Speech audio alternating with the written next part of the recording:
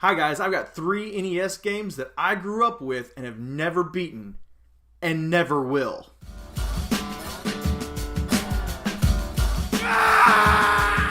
So this video is a response to JLove81. She asked us to share the 3 NES games that we grew up with and still haven't beaten. So I wanted to put my own spin on this, and the 3 games that I'm going to share with you today that are my original 3 from when I grew up, these games are trash. I don't ever plan on beating these games. The first game, Silent Service. Now, Silent Service is a submarine simulation. Oddly enough, I spent a lot of hours playing this game as a kid. I don't know why. It's really boring. You pretty much just float around in the submarine hoping to find another enemy boat. Once you do find the enemy boat, it's just pressing 1 or 2 buttons to shoot your deck gun or fire a missile and hope that it hits. Occasionally you can move around inside the submarine. You can look at a map. That's one of the more exciting points of the game. So my best guess, the point of the game is to shoot down enemy boats. Honestly, the only winner in this game is the person who picks up the game at the store and decides not to buy it. The next NES game that I grew up with that I do not plan on beating, Star Trek, the 25th anniversary. This game is horribly boring. So I did not grow up a Star Trek fan. Why would I want to watch this? Live long and prosper. When I could watch this?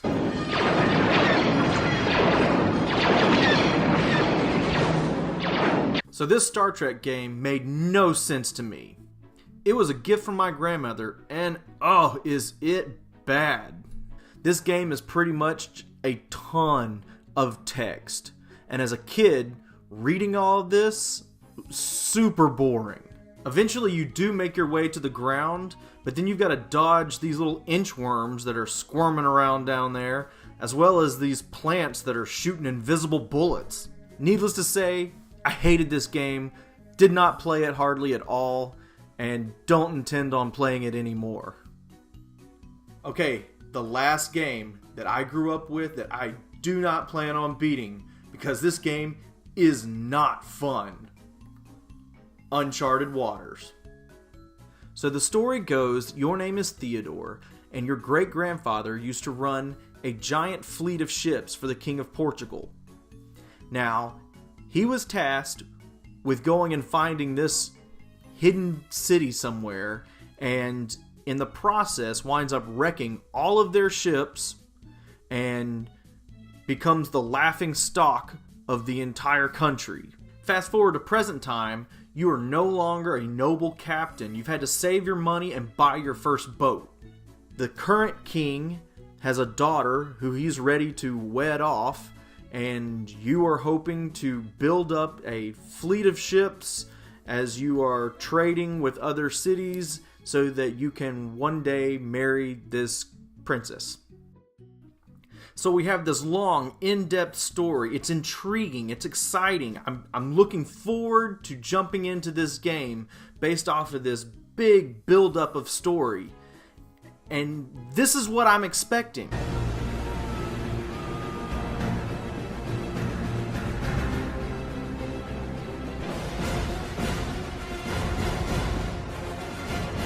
And to my extremely disappointed childhood imagination, this is what I got. Not even close. This game is so boring. You pretty much just go from seaport to seaport, and while you're at the port, you just kind of buy and sell things. It's not a lot of fun.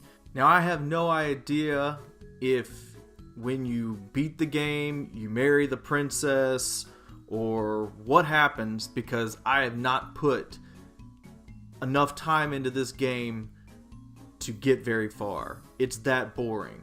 I do not recommend this game to anyone. This is one of those more uncommon games, and unless you're just going for a complete collection, I don't recommend it. So those were my 3 NES games that I grew up with, that I still haven't, never plan on beating. I'd love to hear from you guys, so if you would, list your 3 in the comments below. Also, if you haven't subscribed, I'd love it if you'd subscribe to our channel, Gaming Ain't Easy. As well, if you like this video, please hit the like button. Thanks, guys.